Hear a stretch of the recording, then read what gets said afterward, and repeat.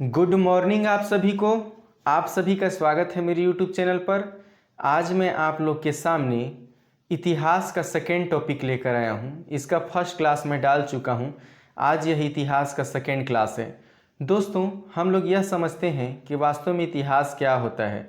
तो अगर हम लोग समझें तो इतिहास पुरानी घटनाओं का क्या होता है, अध्ययन होता है। और इतिहास के जो जनक थे उनका नाम था हेरोडोटस। अब अगर हम लोग यह जानना चाहें कि इतिहास का वर्गीकरण किस प्रकार से किया जाता है, तो इतिहास का वर्गीकरण 3 आधारों पर किया जाता है। पहला प्रागैतिहासिक काल, दूसरा आद्य ऐतिहासिक काल और तीसरा ऐतिहासिक काल। प्रागैतिहासिक काल में होता क्या है, तो प्रागैतिहासिक काल में कोई भी लिखित साक्ष्य या प्रमाण नहीं मिले हैं, सिर्फ पुरातात्विक साक्ष्य मिले हैं। पुरातात्विक साक्ष्य कहने का तात्पर्य यह हुआ कि सिर्फ और सिर्फ सैलों पत्थरों के द्वारा जो जानकारी मिली है उन्हीं के आधार पर हम लोग प्रागैतिहासिक काल को मानते हैं। कोई लिखा हुआ प्रमाण नहीं मिला है। इसके बाद आता है हम लोग का आद्य ऐतिहासिक काल। तो इसका लिखा हुआ प्रमाण भी मिला है और पुरातात्विक साक्ष्य भी मिला है, लेकिन इसको आज तक पढ़ा नहीं जा सका है। जैसे कि सिंधु घाटी का जो सभ्यता है उसको आज, उसके जो लिखावट है उसको आज तक पढ़ा नहीं जा सका है। इसके बाद आता है हम लोग का ऐतिहासिक काल। तो ऐतिहासिक काल दोस्तों समझिएगा, जो ऐतिहासिक काल होता है उसका लिखावट, उसके लिखित प्रमाण भी हैं और पुरातात्विक साक्ष्य भी हैं, और साथ ही उनको पढ़ा भी जा चुका है। जैसे बुद्ध काल, जैन काल, ये सभी क्या होते हैं हम लोग के, महाजनपद काल, ये सभी किस में आते हैं हम लोग के, तो ये सभी हम लोग के ऐतिहासिक काल के अंतर्गत आते हैं। अब हम लोग इनको क्रम बाई क्रम पढ़ेंगे। पहले प्रागैतिहासिक काल को पढ़ेंगे, फिर आद्य ऐतिहासिक काल को पढ़ेंगे, फिर क्या पढ़ेंगे हम लोग, ऐतिहासिक काल को पढ़ेंगे। तो चलिए स्टार्ट करते हैं हम लोग प्रागैतिहासिक काल को। तो प्रागैतिहासिक काल को 4 भागों में बांटा गया है। प्रागैतिहासिक काल को कितने भागों में बांटा गया है? 4 भागों में। तो प्रागैतिहासिक काल का पहला जो प्रकार है उसे हम लोग पूरा पाषाण काल या पूर्व पाषाण काल कहते हैं। पूर्व पाषाण काल में मनुष्य क्या करता था? आखेट करता था, ठीक। और क्या करता था कि वह कंद मूल फल फूल खाकर जीवित रहता था, कंदराओं गुफाओं में रहता था। आदि मानव खाना बदोश की तरह अपना जीवन यापन करता था। अपने खाना भोजन के लिए इधर से उधर क्या करता था? भटकता था। दूसरा, जो मध्य प्रदेश के भीमबेटका नामक शहर है, वहाँ से हम लोग को पूरा पाषाण काल के क्या मिले हैं? साक्ष्य मिले हैं। मध्य प्रदेश के भीमबेटका से हम लोग को पूरा पाषाण काल के क्या हुए हैं? साक्ष्य मिले हैं। इसके बाद आता है हम लोग का मध्य पाषाण काल। प्रागैतिहासिक काल का ही दूसरा प्रकार क्या है? मध्य पाषाण काल। मध्य पाषाण काल में जो मनुष्य था वह पत्थरों के छोटे औजारों का प्रयोग करता था। पत्थरों के छोटे औजारों का प्रयोग करता था जिन्हें छोटे होने के कारण माइक्रोलिथ कहा जाता था। अंतिम संस्कार की जो शुरुआत हुई वह मध्य पाषाण काल से ही क्या हुआ? प्रारंभ हुआ।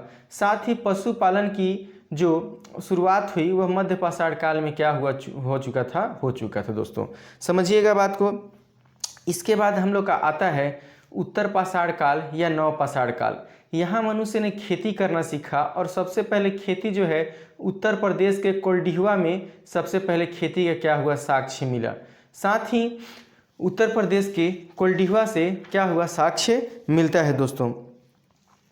साथ ही पहिए का जो आविष्कार हुआ वह उत्तर या नव पाषाण काल में हुआ। मृद भांड का जो आविष्कार हुआ वह मध्य पाषाण काल में ही हुआ। मृद भांड कहने का तात्पर्य हुआ कि जो मटका होता है, मटके को जब हम लोग बनाते हैं और आग में तपा देते हैं तो वह क्या बन जाता है? हम लोग का मृद भांड। साथ ही जो कुत्ते का पालन हुआ वह नव पाषाण काल में क्या किया गया? कुत्ते का पालन मतलब जीव का पालन किया गया।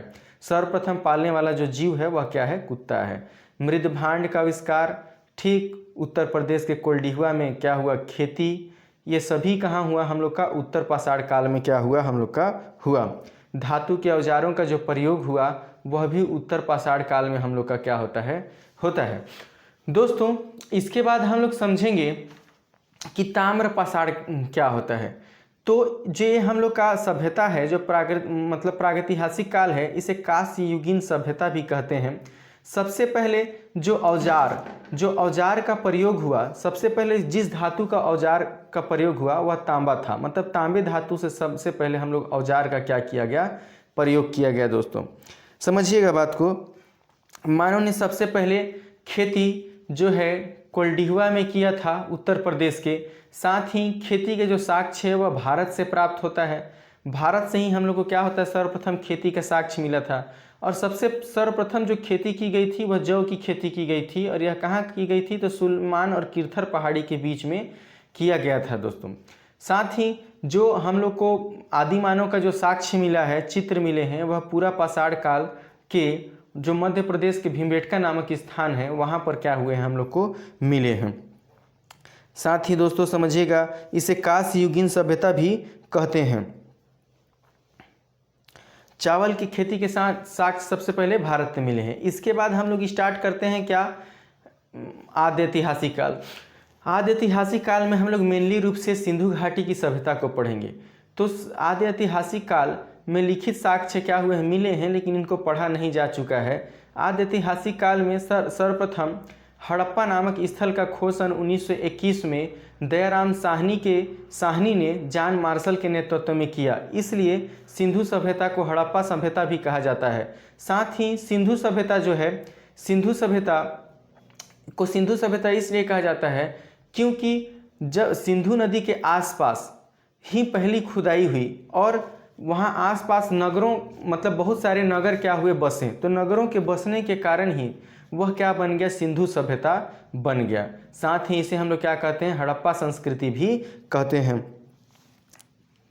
सिंधु सभ्यता का जो आकार है वह त्रिभुजाकार है और यह 13 लाख वर्ग किलोमीटर स्क्वायर में क्या हुआ है, फैला हुआ है। मतलब 13 लाख वर्ग किलोमीटर में यह क्या हुआ है, फैला हुआ है।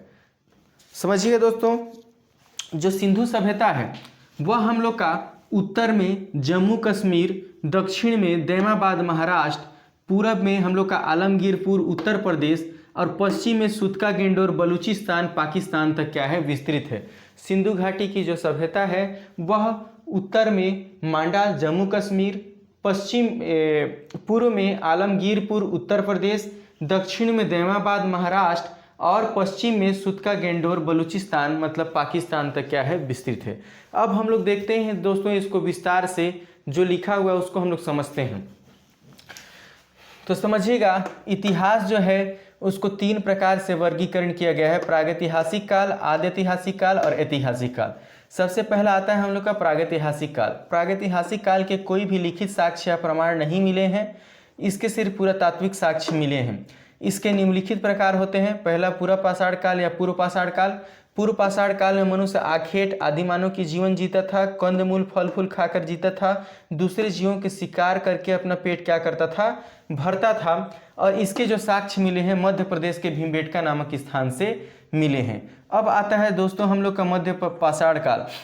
जो मध्य पाषाण काल होता है, मध्य का पाषाण काल में मनुष्य छोटे पत्थरों के औजारों का प्रयोग किया करता था, जिसे हम लोग माइक्रोलिथ के नाम से जानते हैं। साथ ही यहाँ पशुपालन की शुरुआत हो चुकी थी। दूसरा, यहाँ पर जो हम लोग को अंतिम संस्कार जो होता है उसका प्रारंभ भी मध्य पाषाण काल में हम लोग का क्या हुआ था, हो गया था। अब आता है हम लोग का उत्तर या नव पाषाण काल। उत्तर या नव पाषाण काल में सबसे पहले मनुष्य ने धातु के औजारों का प्रयोग करना क्या हुआ, सीखा। सबसे पहले जो जिस धातु का औजार का प्रयोग किया था वह था तांबा। साथ ही उत्तर या नव पाषाण काल में मनुष्य ने खेती करना प्रारंभ किया और सर्वप्रथम उत्तर प्रदेश के कोल्डिहुआ कोल्डिहुआ नामक स्थान पर सर्वप्रथम धान की खेती की गई थी। नव पाषाण में सबसे प्रथम जो जीव पाला गया था उसका नाम था कुत्ता, मतलब कुत्ते जीव को सर्वप्रथम नव पाषाण काल में क्या किया था, पाला गया था। दोस्तों इसके बाद आता है हम लोग का ताम्र पाषाण काल। ताम्र पाषाण काल किसे कहते हैं, तो जो ताम्र पाषाण काल होता है इसके कारण इसे हम लोग जो प्रागैतिहासिक काल है उसे कांस्य युगीन सभ्यता भी कहते हैं। कांस्य युगीन सभ्यता भी कहते हैं। सर्वप्रथम तांबे धातु का ही सर्वप्रथम औजार बनाया गया था और सर्वप्रथम भारत में जो खेती हुआ था, खेती का जो साक्ष्य मिलता है सर्वप्रथम भारत में ही क्या होता है, मिलता है। मतलब जो खेती हुआ था सर्वप्रथम कहाँ हुआ था, भारत में हुआ था। दोस्तों इसके बाद हम लोग समझते हैं आद्य ऐतिहासिक काल। आद्य ऐतिहासिक काल के अंतर्गत मेनली रूप से हम लोग सिंधु घाटी की सभ्यता को कहते हैं। तो सिंधु घाटी की सभ्यता या इसको हम लोग कहते हैं हड़प्पा सभ्यता। हड़प्पा सभ्यता। तो दोस्तों हड़प्पा सभ्यता कहने का कारण ये है क्योंकि इसका एक स्थल था, हड़प्पा नामक स्थल था। इसका सर्वप्रथम खोज 1921 में दयाराम साहनी ने किया था जॉन मार्शल के नेतृत्व में। इसलिए सिंधु घाटी की सभ्यता को हम लोग हड़प्पा सभ्यता के नाम से ही भी जाना जाता है। यह उत्तर में मांडा जम्मू कश्मीर तक, दक्षिण में दैमाबाद महाराष्ट्र तक, पूरब में आलमगीरपुर उत्तर प्रदेश तक और पश्चिम में सुतका गेंडोर बलूचिस्तान तक क्या हुआ है, फैला हुआ है दोस्तों। और इसका जो क्षेत्रफल है 13 लाख वर्ग किलोमीटर स्क्वायर तक क्या है, ये फैला हुआ है। कितना किलोमीटर स्क्वायर तक? 13 लाख वर्ग किलोमीटर स्क्वायर, ठीक, तक ये क्या हुआ है, हम लोग का फैला हुआ है दोस्तों। अब समझिएगा कि ये हम लोग का कितना 13 लाख वर्ग किलोमीटर स्क्वायर तक फैला है। साथ ही इसकी जो आकृति है, जो सिंधु सभ्यता की आकृति है, वो किस आकार की है, तो त्रिभुजाकार है। किस आकार की है? त्रिभुजाकार। यहाँ से हम लोग अगर यहाँ चलना चाहें तो ऐसे है, फिर ऐसे है दोस्तों। तो इस प्रकार त्रिभुजाकार क्या होता है, आकृति होता है। इसकी जो आकृति अगर हम लोग नक्शा में देखें तो ज़्यादा समझ में आएगा। इसका जो आकृति होगा कैसा बनता है, त्रिभुजाकार बनता है। जो सिंधु सभ्यता का आकृति है वह कैसा है, त्रिभुजाकार है। तो मैं आशा करता हूं दोस्तों आपको मेरा ये वीडियो पसंद आया होगा। हम लोग मिलते हैं नेक्स्ट टॉपिक लेकर नेक्स्ट वीडियो के साथ। धन्यवाद। जय हिंद, जय भारत।